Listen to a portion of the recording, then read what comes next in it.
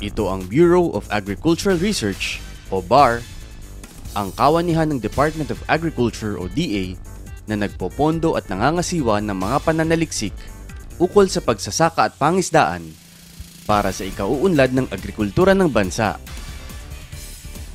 Ang misyon ng DA BAR ay ang makamit ang seguridad sa pagkain at malabanan ng kahirapan sa pamamagitan ng isang sektor ng agrikultura na nakabase sa teknolohiya. Isa sa mga pangunahing programa ng DA BAR ay ang Community-Based Participatory Action Research o CPAR. Ang isang proyektong CPAR ay nag-uumpisa sa Participatory Rural Appraisal o PRA. Sa PRA ay kinukonsulta ng mga eksperto ang mga residente ng komunidad upang malaman ang pangangailangan at kakayahan ng pamayanan. Pagkatapos ay namimili ng angkop na teknolohiya na makasasagot sa mga natukoy na pangangailangan.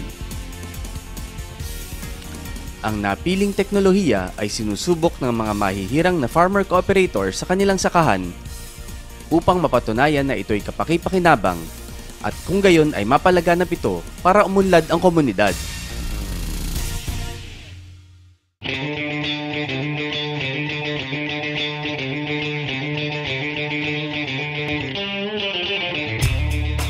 Isang halimbawa ay ang CPAR on Integrated Rice plus Goat Farming Systems in Santo Domingo, Ilocos Sur na isinagawa ng DA Ilocos Integrated Agricultural Research Center o DA ILYARC.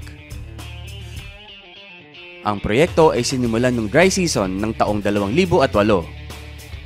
Ang objective po ng ating project ay para ma-improve po yung productivity and profitability po ng ating introduced farming system using yung CPAR strategy ng Barangay Lusok and Burubur, Santo Domingo. Katuwang sa proyekto ang lokal na pamahalaan ng munisipalidad ng Santo Domingo. Noon, ang pagtatanim ng mga farmer dito ay dalawa lang during the month of June, that's the rice planting, and then after the harvest of rice we have another plant, it's the corn, during the November. After the harvesting of corn, January or February, wala nang itatanim dito kasi yan lang ang practice ng mga farmers dito, 2 beses lang. But because of the introduction of the CPAR, we introduce another cycle which is the rice, corn, goat, and here we have 3 croppings. Isang cropping ng rice at 2 cropping yung corn at saka yung goat. Ang proyekto ay pinondohan ng DA BAR. Ang lokal na pamahalaan ng Santo Domingo ay nagbigay ng counterpart fund pati na tulong teknikal. Sagot naman ng mga farmer cooperators ang lugar at paggawa. Ang mga farmer cooperators ay tinulungan sa gastusin sa pagsasaka at binahagian ng light traps at stock ng mga kambing.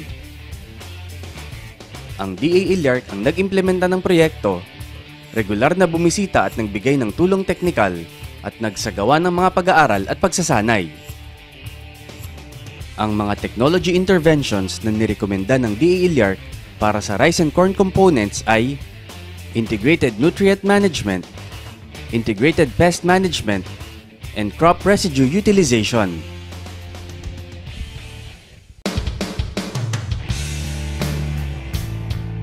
Sa rice po, bali yung paggamit po ng soil analysis as basis doon sa pag-recommend ng fertilizer na kailangan ng rice. Importante po kasi doon natin malalaman kung ano talaga yung kailangan ng lupa to produce yield ng rice, yung desirable yield ng rice. Ano po? Kasi hindi tayo kasi basta-basta nag-apply ng abono kasi malamang hindi naman kailangan yun ng tanim. Hindi tayo nagsasayang ng pera doon kasi talagang exact yung i-apply ng farmer. So, nandyan yung paggamit ng organic fertilizer, plus yung inorganic fertilizer din, yung paggamit ng LCC, yung leaf color chart.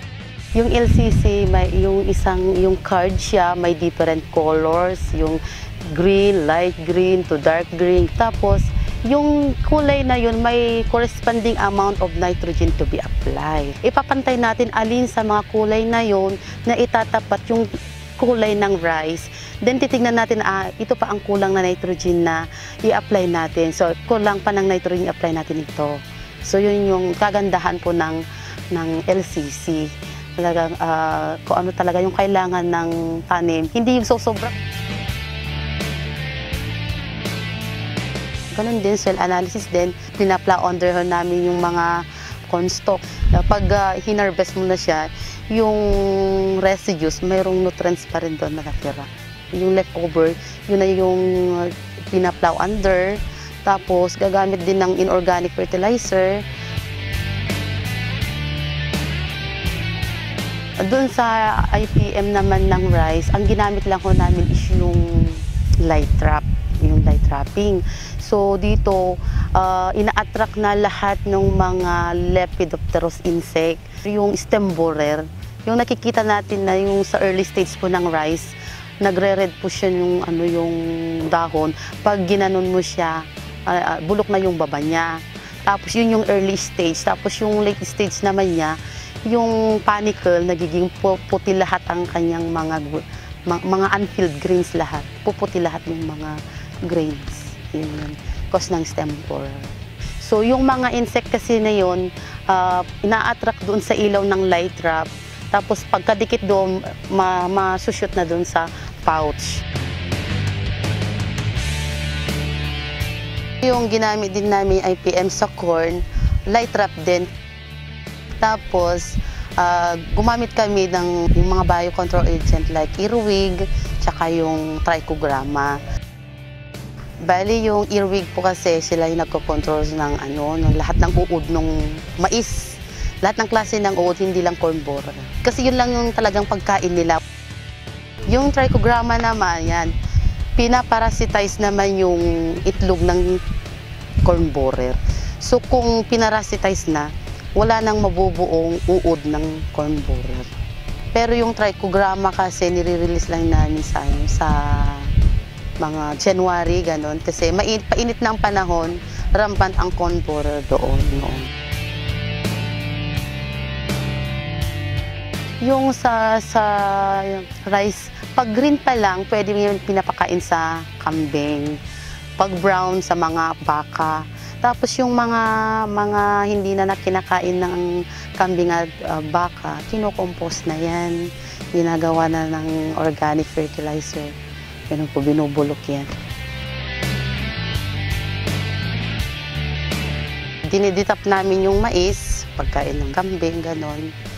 Tapos, yung mga unedible portion na ng mais, yun na yung sinisred, ginagawang compost na.